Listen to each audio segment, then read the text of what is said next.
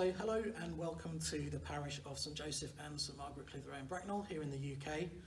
I'm Mike, and through the course of Advent we're going to be talking to a number of different causes, charities, initiatives that we are very close to as a parish. And this first week of Advent, of course, has a theme of repentance and hope. And with hope in mind, I think that our first highlighted charity is really appropriate, and I'm glad to be joined by Andrea from Berkshire Women's Aid. Could you give us a bit of an introduction to who you are and what you do? Of course, Mike, thanks very much for this opportunity to come and talk to you about who we are. I'm the CEO of Berkshire Women's Aid, and I've been with BWA, as we shorten it to, for a couple of years now. We support around 7,000 women, some men and children every year, across a wide range of services, both in Bracknell but also in our other areas around Reading and Wokingham too. Okay. In Bracknell in particular, we have 2 refuges that support women and children who are fleeing domestic abuse. And I know that the congregation here in particular are hugely supportive of our work in those refuges and have been for a number of years, so we're very grateful for that. But we also provide services to children and young people, and those are 2 types of services. So we work with them in school to talk about healthy relationships and what being in a relationship is about and what is unhealthy. Really critically important, especially the way young people are developing and the use of social media and things like that we talk about a lot currently. So there are those sort of education programs that we do in local schools. And then we have restorative programs as well, where we work with children and young people who have directly experienced abuse within their own families and their own networks. And we talk about them experiencing abuse. We don't talk about children witnessing abuse, because even seeing abuse happening, they're experiencing it. We run groups for women who are recovering from abuse. We run specific programs for our Black and minority ethnic communities.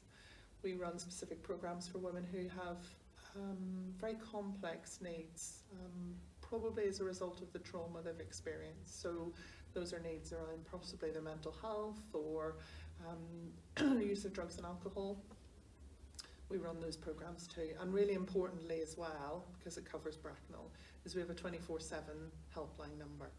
And that isn't just for someone who's experiencing that abuse. It might be for family members, it might be for neighbours, it might be for people wanting to understand what abuse is. Because part of what we do is obviously about those services directly to victims and survivors themselves. But a really important piece of our work is around educating people and so that they don't have to experience abusive relationships. And being able to signpost them either to our services or the myriad of other community services that there are too, because we don't work alone. We work as part of a much wider community and partnership to be able to best support people. Yeah, it's a really far-reaching remit and a huge amount of work that you do. I mean, we have, as you said, we worked with you as a parish for many years, and actually one of the themes to our Advent campaign as we walk together and contemplate and reflect and pray, of course, and also think about, what can we do to give. We have an Advent giving campaign. So I suppose when it comes to giving, we think about giving time, giving talent, or giving treasure. They're the 3 T's that we talk about as a parish, whether that's allocating, giving our actual time and helping out, or if you've got particular talents we could use that would help, we can give those, or treasure, of course, and that's always important. When it comes to BWA, what comes to mind around things that you think that maybe we as a parish could do to help around giving time, talent, or treasure? I think you've talked about the treasure bit, and the parish has done amazing things for the refuge in terms of stuff, especially at this time of year. People are incredibly generous for gifts for children, but we we also need things throughout the year. Christmas is a wonderful time for everyone, and we try to make it the best we can for the people that we support. But these services continue throughout the rest of the year too. So it's really important that we're able to continue to get the sorts of donations that the parish gives us. And that is lovely at this time of year, but throughout the rest of the year we need cleaning products, we need bedding. When a woman comes into refuge, for example, often she will come in with nothing, or the children will come in with what they've got in 2 black plastic bags. So when they come into refuge, they'll be set up with new bedding, a new duvet, new pillow, soft toy, quilt, and then they'll take it with them when they go, when they rebuild their new lives outside of refuge. And the same with children and adults in the community when they support them, so that we're able to give them that best start. So those items that people donate are really important throughout the year. In terms of talent as well, you know, we've lots of volunteering opportunities if people are interested in coming and doing either one-off volunteering with us or actually longer term volunteering with us. And that might be doing something as simple as helping us in the gardens. If someone loves gardening, you know, we're always welcome, especially we've got 2 lovely gardens in our Bracknell refuges that people could come and help with. I know it's not the great time of year to do it, but at other points in the year it might be. So if people are able to donate their time and talent in that way. But there's also lots of other things that we need. Some of them are directly working with the survivors that we have face to face. People when they come new to the area, because remember, some of the women that will come into Bracknell will come from elsewhere in the country. It won't be local women. So they'll need help to register at a GP, or to register their children with school, or to find the local park, or, you know, lots of things about the local area. So there's a real range of volunteering opportunities where we can really use the time and the talents of the congregation to be able to do that, if that's what they're able to offer. Sure, yeah. And what's the best way then of, you know, let's say that I'm quite happy to go in the garden at winter time. I wanted to help out. What's the best next step to be able to do that? So we just have a volunteer email address, and if you pop, you might be able to put that on the video, or put a link to it on the website as well. The volunteer email address is there. If you reach out to us, we'll get back to you and find out what you're interested in doing, and then go through the necessary checks and process to do that, and get you started as soon as we can. Yeah, and like you said, it could be one-off, it could be forever, but it's not only forever. So if it's just that one next step to do that, you know, something, then it's an easy step to take, I guess. And your website is? You want the name of it? Well, yeah, I'll put the link in anyway, but I think that's a good place to go, because as well, you touched on the treasure and you know, donating, which of course is super important. And you have the ability to donate on the website as well. So we do. There's a donate button on there. Our website is it's a secure website, so if you are experiencing domestic abuse as well, there's the opportunity to be able to move and remove that from your browser history as well, which is really important.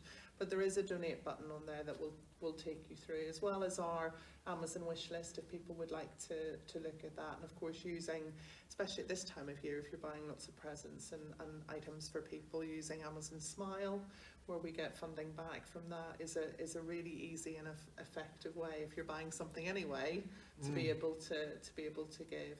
Yeah, I think that's a really useful one, just as a easy step, especially as you say, if you're buying things at this time of year. Just going to smile.amazon.co.uk instead of the regular web address.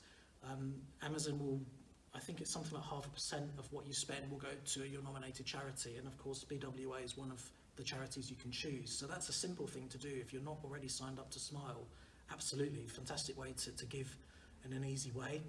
And the wish list as well. I mean, that is a super easy way to know specifically what you need. I think that's you know, we do publicise it in our newsletter, and we do regularly update the parish on what are the items which are maybe in shorter supply and you need for your purposes. But the wish list is a way, of course, to go directly there, and you can just buy something on the wish list. Again, that's available on your website, and we'll put the link on the video. So they're really easy, tangible steps to do something. The other thing I was going to ask you about was, you know, COVID-19 in this current period of time, has that affected things? You know, it's no real normality at the moment. How's that affected you, and then the way in which you're operating, and then maybe what you need as a result? Gosh, it's been a really challenging last 12 months for all of us, hasn't it? It's and even more so for the women and children that we work with. When we went into our first lockdown, everything went quiet locally for us. We were getting no referrals. It went incredibly quiet. We saw that reflected across the country, actually. So when you were watching your evening news and people were saying domestic abuse has rocketed, none of us were seeing it. And we were, but because we know this area and we know what's happening, we were all holding our breath thinking, this is the quiet before the storm. And unfortunately we have had the storm, and it continues. So we probably get about 3 times the numbers of referrals into refuge and our other services that we were getting before COVID. And that hasn't changed, that has continued. I don't know the reason why. I don't know COVID doesn't cause domestic abuse, but pressures on families doesn't cause domestic abuse, but it does put pressure on families. And we are still seeing that, and we're seeing that need continue and not really drop off. And refuge and our services, you know, are not just about a safe roof over someone's head. They are someone can't recover from abuse without that safety. But it's so much more. It's having our staff in place who are able to help someone to recover, help those children and support those children to really have hope and to even begin to consider a life that hasn't got abuse in it, a life that's different. So that hope at this time of year is really, really important for the families that we work with, both in refuge but also within the local community in Bracknell. So any support that we're able to do that, whether it be time or talents or treasure, is really important, both at this time of year but continuing throughout the year. Yeah, I think that's really important. And you know, the situation being what it is, if there's ever a need to help, whether, you know, give in those 3 ways, in hopefully all of them, now's the time. I do think I should also mention that, you know, we are collecting gifts physically. I have mentioned the Amazon wish list and then your Smile account, and of course you can donate via your local giving page from your website. So absolutely, that's something that we can all do as a parish and take those steps. It's a very important time for us to consider doing that. We are also collecting items in the parish hall. We normally do that as a parish every year at this time of year, and so between the hours of 9:30 in the morning and 12 p.m. on the 4th of December, we will have the hall open. You can drop off items there. There is detail on what's requested on the newsletter and on the website, and also on the 12th of December on a Sunday. So Saturday the 4th or Sunday the 12th between 9:30 and 12, you can drop things off at the hall, and items that are needed are in the newsletter, as I said. But look, you know, from all of us here in the parish, thank you for everything that you do, Andrea, and I know BWA is very close to our hearts as an initiative. And you know, this Advent campaign of us reflecting, praying and giving feels like the right time for us to really enable that hope and that theme that we have for this week in Advent. So thank you for coming and chatting to us today. I know it won't be the last time we talk, and actually you say that you know, there's almost sometimes a feast and a famine to what you're doing, but actually you do need things all the time. So I think we'll aim to have you back, if that's all right, at some point, see how you're doing, and you can update us on progress, and hopefully we can continue to support in the way that we do. So thanks once more, and thank you for tuning in. We are doing a series of videos through Advent, so there'll be another video in about a week's time, but thanks for tuning in, and get giving.